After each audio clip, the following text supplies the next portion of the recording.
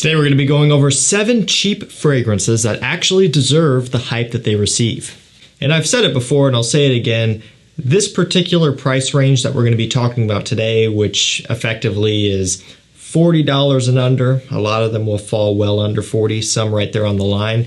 That price range is a tricky one because oftentimes you either get something that is completely horrible, especially the lower you go, down to about $20.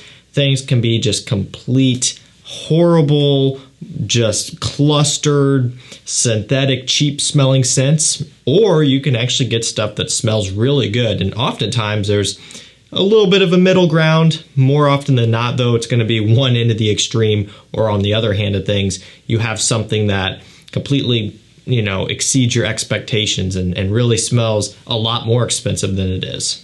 So these cheap ones here have received a bit of hype here and there, some more than others. Ultimately, I'm here to say that in my opinion, these really do hold up. They offer great value for the price that you're paying for. They check pretty much all of the boxes when you're talking about performance, mass appeal, overall quality to price ratio, even versatility. These all have it going on, and so we're going to talk about them. We've got 7 here to go over. I will provide links to them down below if you want to pick any up for yourself.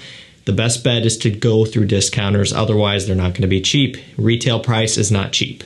I also have a mailing list you can sign up to. If you're on the hunt for any rare, discontinued, or hard to find things, you can sign up at the first link down below. It's completely free to sign up, and anytime something like that comes into stock, I send out an email notification so you can get it. We're talking everything from Dior Homme Parfum, La Nuit Bleu Electrique, L'Homme Ideal Extreme by Guerlain, Polo Red Extreme, and the list goes on. Whole bunch of crazy stuff. Dior Fahrenheit Parfum, all of those things are hard to get, discontinued, a mixture of both, and so I notify you, giving you a fighting chance to be able to pick them up for yourself.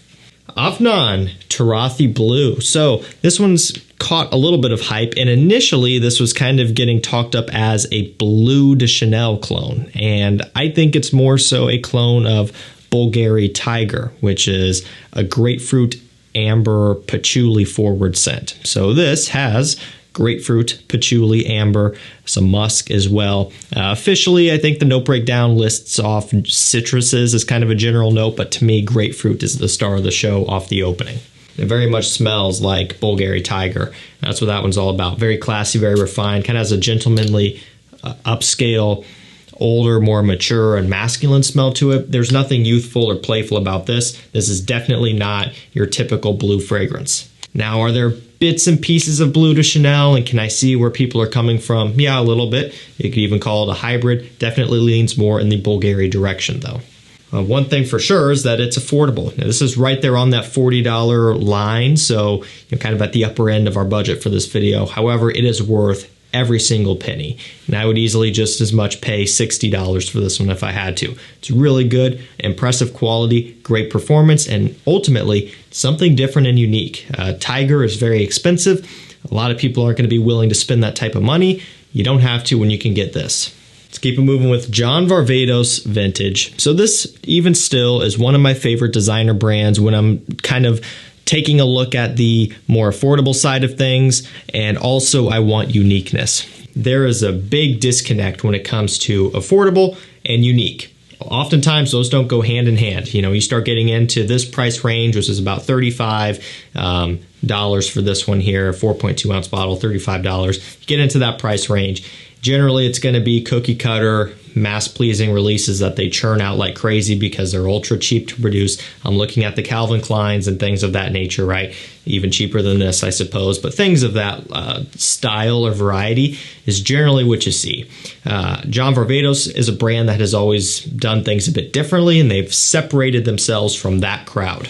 And so, yes, these are more affordable generally on discounters, but they do bring a lot more to the table when it comes to quality and uniqueness. One area that they've always lacked in, though, is performance. A similar deal with this. It's a 5-6 hour performer. Nothing great. Could be better. Could also be worse. And again, there is a trade-off. Do you want unique and high quality for an affordable price, or do you want cookie cutter, generic, maybe even a little bit better performing at an affordable price? You really oftentimes can't have everything. You got to pick your battles, but this is a good one to get into. It's got a little bit of tobacco, suede, balsam fir in here, a ton of other notes as well. These are pretty hefty when it comes to their note breakdowns. A lot of these John Varvatos, or at least the older ones, were. They've kind of simplified that these days with their newer releases, but this is one you should definitely check out. Something mature, refined, classy. Smells great. Next up, we have KARL Lagerfeld Bois d'Ambre. This one here has a little bit of orange, cedarwood, tonka bean, and of course, amber. No surprise there. Now, this one's kind of been talked up as being Dolce & Gabbana The One inspired, maybe even straight up a clone of, or just smells similar to. I can definitely see both of those thoughts. And I don't think it's as easy as it's a straight up clone of The One. I do think it's heavily inspired by, or at least relatively similar to it though. Because it does have that amber, which it's known for, a little bit of a spiciness, which The One is also known for, woodiness as well. Ultimately, this is a very refined, evening out, kind of gentleman smelling scent, similar to The One. One big difference, no tobacco here. So maybe you could almost spin it as like a The One Royal Night type of smell, although you don't have sandalwood either. You see where I'm coming from. You know, there are some differences, but there are also some similarities as well, to be fair. I also think it's just a really good one on its own. You know, putting the comparisons aside, when you smell this one, it just smells great. And it's another one of those deals where in this price range, I want to say I looked, it was around $35, maybe a little bit less, around there, and that's for a 100 ml, not a little 50 ml like this. Pretty good price point. A lot of things in that range are going to be fresh, kind of boring. This is the opposite of that. Sweeter, heavier, richer, just a little bit more interesting all around, and it's a great one to have. Next up, MISSONI PARFUM. This one's got grapefruit, lemon, some birch in here, some other woods going on. Another one that kind of gets compared to Bleu de Chanel, and I think it's there's a little bit more to it than that. Maybe a little bit of a similarity, but I find this to be much more woody, and it's not incensey, smoky. It doesn't have the bright type of grapefruit opening going on. It doesn't have the same type of blue freshness going on like Bleu de Chanel either. So yeah, I'd say there is definitely more differences than not between the two. There's actually a little bit more of a heaviness and a kind of a richness from this one as well. A little bit more of a powdery nature also from the MISSONI. So kind of just different things altogether. One thing that also is different when you compare it to something like Bleu de Chanel is the price point. Bleu de Chanel, 100 plus all the time because you can't get it at discounters. You're stuck paying retail unless you're buying it as a fake, or maybe from someone on, you know, the Facebook groups or something where they can't get sued. Like discounters can't sell Chanel for below retail. This is one that you can get for less than half the price of a Chanel, $40 or so, sometimes $35. I do believe the testers come with a cap. I've seen where some do, some don't. You got to do your research on that one, but ultimately, no matter which way you go, it's affordable and it's worth it. Let's keep it moving with Pepe Jeans Cocktail. Similar deal. I think this is around $29, $30. Made it very high on my top 10 summer list last year, and who knows, depending on availability, might do pretty well on my list coming up here this year. I'll have to sit down and start planning that one out sooner rather than later. May is sneaking up on us pretty quick.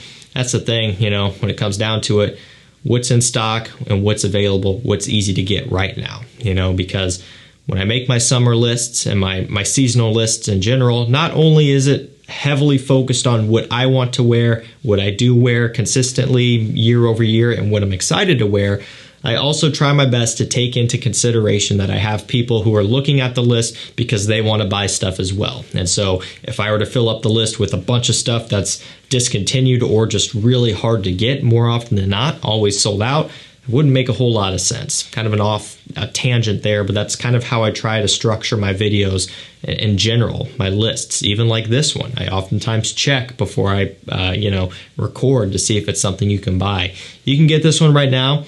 Stock is dwindling a little bit. Hopefully it comes back in time for the summer season. We'll just have to see. Really nice grapefruit, yuzu, citrus, minty, green scent. It's really, really well done. You know, going into it, I thought it was just going to be okay. Thought maybe it would be something I would toss into a video every now and then, and maybe something I would wear every so often. But again, it did very well on my summer list for good reason. It is above average for this category. Nothing else really like it. Very zesty, very bright, very refreshing, uplifting, and something that puts you in a good mood when you smell it. Definitely one that's great for the price and you should check out. Running down to the end, again, we're only going over 7 here, trying to keep it easy. We have CERRUTI 1881 Signature. So I discovered this one a while back now, and I still really like it a lot. In fact, each time I smell it, I appreciate it a little bit more. This one's got a good heavy dose of leather, and it's really something that's worth noting here. The leather in this, at this price point again, is incredible. It's not like ombre leather. It's actually more along the lines of a Tuscan leather style of leather. Now, it does not smell anything like Tuscan leather. I want to make that clear. But the leather accord is so textured and so well done. It is nothing short of impressive. Now, if this is $100, I wouldn't be going on about it as much, but at this price point, around $35, it is a remarkable leather scent. Along with that, you get some lavender, some black pepper, a little bit of kind of a warm spiciness as well to complement the leather. The way I've described this one is it's kind of like leathery La Nuit de l'Homme. So you do get that kind of warm spiciness, lavender mixture, similar to La Nuit de l'Homme, but then a really impressive leather accord brought into the mix, which La Nuit de l'Homme does not have. So that's kind of one way you can describe it, just in a nutshell, using a few words. You know, there's a little bit more to it than that, but kind of just gives you an idea of where this one sits in the fragrance world and kind of where it sits in its category.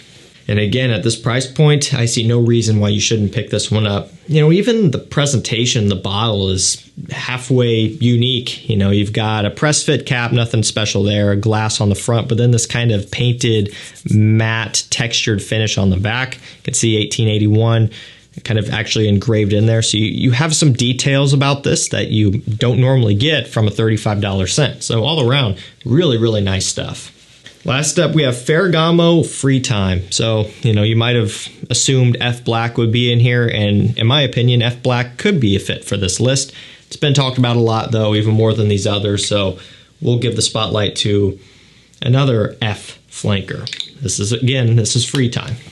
So this one's got lemon, ginger, vetiver, and pink pepper here. This is going to be significantly more fresh and less powdery spicy like F Black. Now, this one does still have a bit of a spicy kick. You know, you see that pink pepper and everything like that. But overall, much more fresh. And, you know, the big thing about F Black that a lot of people don't like is that lavender powdery spiciness. This does not have that. So overall, I would say Free Time is going to be a little bit more mass-pleasing in general, significantly easier to pull off, much more versatile just across the board. And for the price, it's really good stuff. Sub $30 range.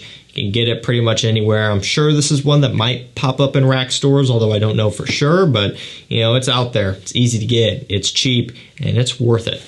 Alrighty guys, that's going to do it for me. 7 cheap fragrances that are actually worth the hype that they receive. If you want to check any of these out, I will link them down below. That's going to do it for me. Thank you so much for watching. Stay safe, stay healthy. We'll see you tomorrow with another one. Take care.